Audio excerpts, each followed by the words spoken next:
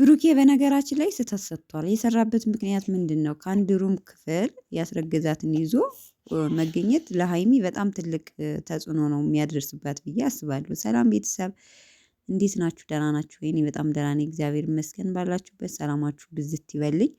እንግዲህ ዛሬ በብሩኬ ቤት ብሩኬ መጥተዋል። የተከሰሰበትን ቅመምዬ ናት ወረቀት የመጣችው በነገራችን ላይ ለማድረስ ለብሩኬ ስልክ አላነሳላት ሲል ለማድረስ ስትሄድ እንግዲህ እዩን ከክላስ ከአንድ ዶርም አድርጎ ነው እንግዲህ አልከፍትም አትገቢም ብሎ የደረሰችባቸው። እንግዲህ ስትደርስባቸው እኛ በሀይሚ ቦታ ብንሆን ምንድነው የሚሰማን ብንል ብለን ብናስብ እውነት ለመናገር በጣም ነው ስሜታዊ የምንሆነው። አስባችሁታል? ምክንያቱም እዚህ ጋር ለሀይሚ ብሩኬ የኔ አይደለም እያላት ነው። ስለዚህ ብሩኬ ልዩን በግል ማግኘት ለምን አስፈለገ? ለዛውም ደግሞ ከክላስ ሩም አስባችሁታል?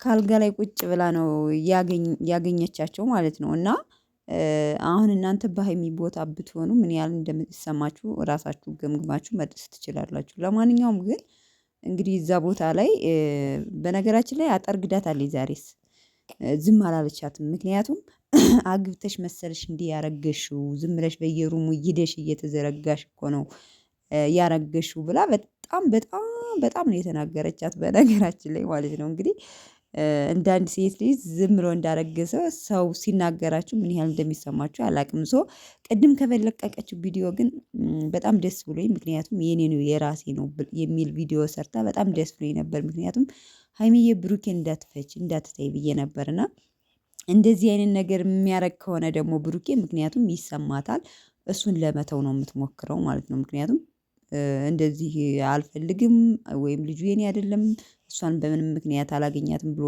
ብሩኬ እንትን በየዶርሙ ይዟት የሚሄድ ከሆነ ሀይሚ በጣም ስለሚሰማት ብሩኬን መልቀቅ ነው፣ መለያየት ከሱ ጋር ነው ግጭቷ የሚሆነው ማለት ነው። ለማንኛውም ቤተሰቦቼ እንግዲህ በዛሬው ቪዲዮ ብዙዎቻችሁ ብሩኬ ለሀይሚ አይገባትም እሷን በስነ ስርዓት ለማናገር ሞክር ስትሉም የነበራችሁ ልጆች አላችሁ። ትክክል ነው በነገራችን ላይ ማለት ነው። ምክንያቱም ያናድዳል። በማንኛ አሁን በራሳችን ሆኖ ብናየው ብለን ስናስብ በጣም የሚያናድድ ነገር ነው። ሰው ግን በጣም አሪፍ እንትን እያሉ ነው። ምክንያቱም እሷ ሁሉን ነገር ትታ ልትታረቅ ልትሄድ ስትል ሌላ ችግር አዲስ ነገር ተፈጠረ። እንግዲህ ስራ መሆኑን የምታውቁት እዚህ ነው። በነገራችን ላይ ልክ ድራማ እኮ አንድ አክተርና አክተር ሊታረቁ ሲሉ ማለት ነው የሆነ በቃ አጣይ የሆነ ነገር ይፈጠርና እንዳይታረቁ ነገሩ እንዲረዝም ይሆናል። እና እነሱም እያደረጉ ያሉት ያንን ነው። አሪፍ ስራ እየሰሩ ነው እውነት ለመናገር ማለት ነው። አድንቄያቸዋለሁ። ምን ፓርት ላይ